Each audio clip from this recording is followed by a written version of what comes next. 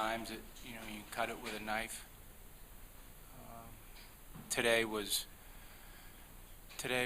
something that was very difficult, but I think at the same time it was very meaningful to both parties, and I'm talking about our visit with the Everetts, to jump on a bus as a team and a staff and show up at their house and visit with them for a short amount of time. I think it was helpful for Teddy and Susan, and I certainly think it was helpful for our kids. But I told them that this would be a very difficult thing to do, might be one of the most difficult things they'll do in their life, at least in this time period right here, because I think finalization of life at this age is very difficult to work through mentally, and of course physically, because it does affect them physically. So yeah, I would say I've seen a lot of emotion today. For people that don't understand how postseason schedule works, the guys could be off last night, had some free time, fairly normal at this time of year. Normal, and to go fishing or do something is not out of range for our kids. I told them when I left them yesterday morning that the most important thing was to make sure they got enough rest. But I allow them to make decisions within a certain range, and everything that we touch upon is very foundational. So I trust them, and not that the decision that they made last night was poor. It was just tough. The circumstances were tough, but what they intended to do was very simple and fine. The two players that were there on the fishing trip, have you maybe spent a little extra time with them or talked with them to maybe try to help them through these last few hours? Periods of the day, yes, but I think the kids have taken ownership of that, and they've spent a lot of time with both of them. They were the first two kids that were comforted by the team. We were in the dorms last night, and then we made our way out to the parking lot because we were waiting for Ryan and Chandler to come back. They actually were at my house waiting for me. So when they came back, the kids met them right away, and they understand the level of guilt that those two kids have thrown upon themselves, and are trying to help them through that. Conversation of when you play tonight with the soft, how do you work with that? How did you work with that? Well, last night, I don't know if I would have made the same decision, or I wouldn't have, because last night I was really wondering how you could play that game, why you would play that game. Is it disrespectful? Is it respectful? There was a lot of emotions with myself too, but then when we got into the office this morning, Maggie and I were talking about it for quite a while, and when I brought a few of the kids up, I brought Smitty and Campbell and Rowe, and it made sense. That's their safe haven. The field is their safe haven, and just to get in some type of routine and continue to do what they do it's almost like a rehabilitation process for them. We could have not played. I'm not so sure that would have been a healthy thing for the kids.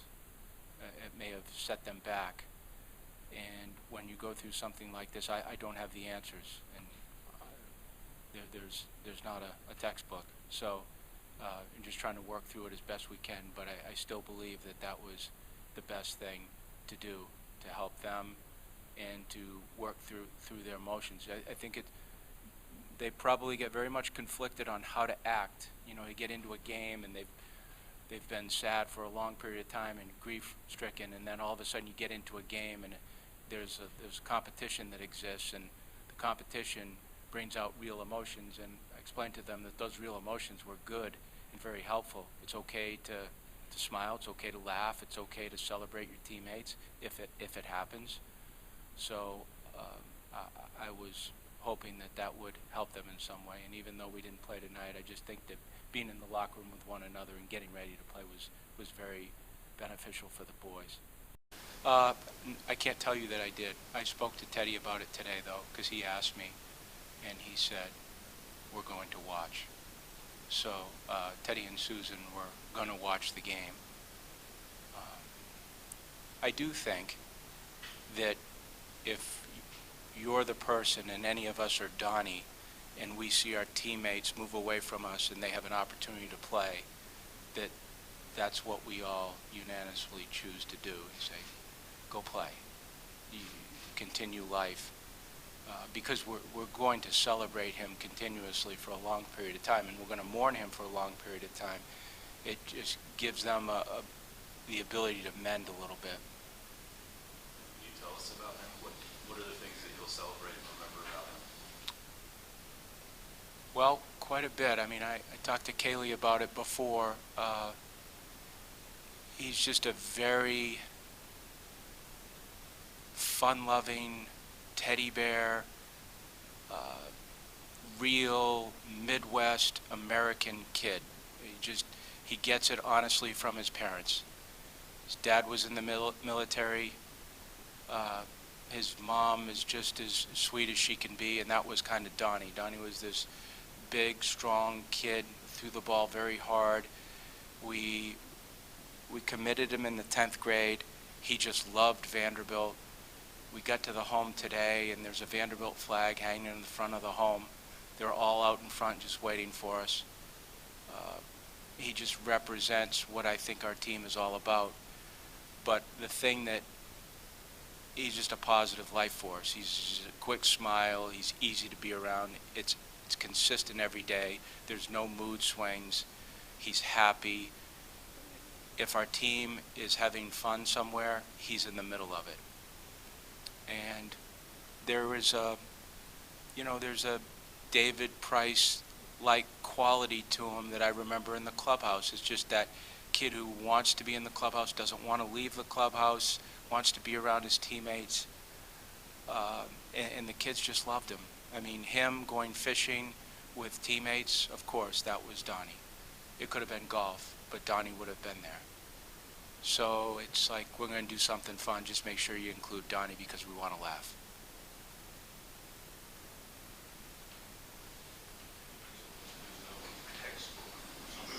How do you manage this moving forward? If you guys make a deep run here, how do you deal with that moving forward?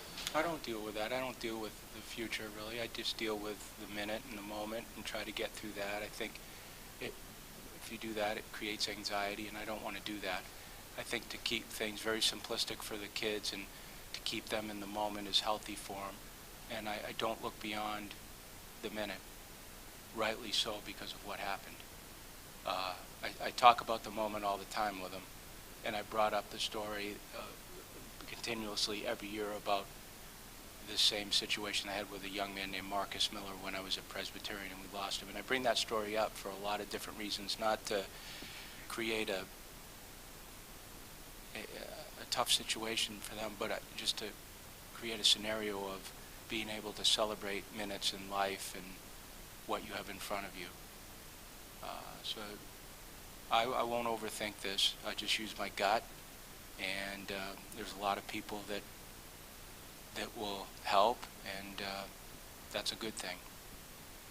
There'll be some arrangements and all that the next few days. What's going to be your communication with Donny's family? Is that going to be an ongoing tomorrow morning, tomorrow night sort of thing? Are you going to pull back a little bit? I'll just use my judgment. I'll communicate with them when I think time's right. As I told Teddy, I want to communicate with him a lot, but at the same time I respect his space and I respect his grieving process, and I don't want to get in the way of it.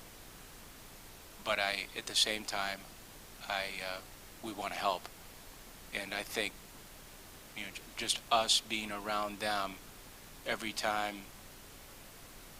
Donny's mom hugs one of the players, she's hugging Donny. It's just that helps her, and I just think the communication is good. I'd love to get them back here someday, but, you know, timing's everything, and time, not right now, it's too fresh. How enormous was his potential? Well, I would say very good. You know, sometimes we talk about people, we can build them up knowing that we'll never know what they'll become, but you could make an easy statement to say he was going to be the next great one, so to speak. And I would tell you that just because of his disposition. The strength in his arm, his ability to throw strikes, his ability not to be intimidated by anything, his consistency of how he trained, his consistency of how he treated people would lead him in a very forward direction. And I thought he would catapult himself to be a starter next year in our program, either Friday night or Saturday or Sunday. And I thought the young man had a chance to play professional baseball at the highest level for a long period of time, as long as he'd stay healthy. And that's tough to say.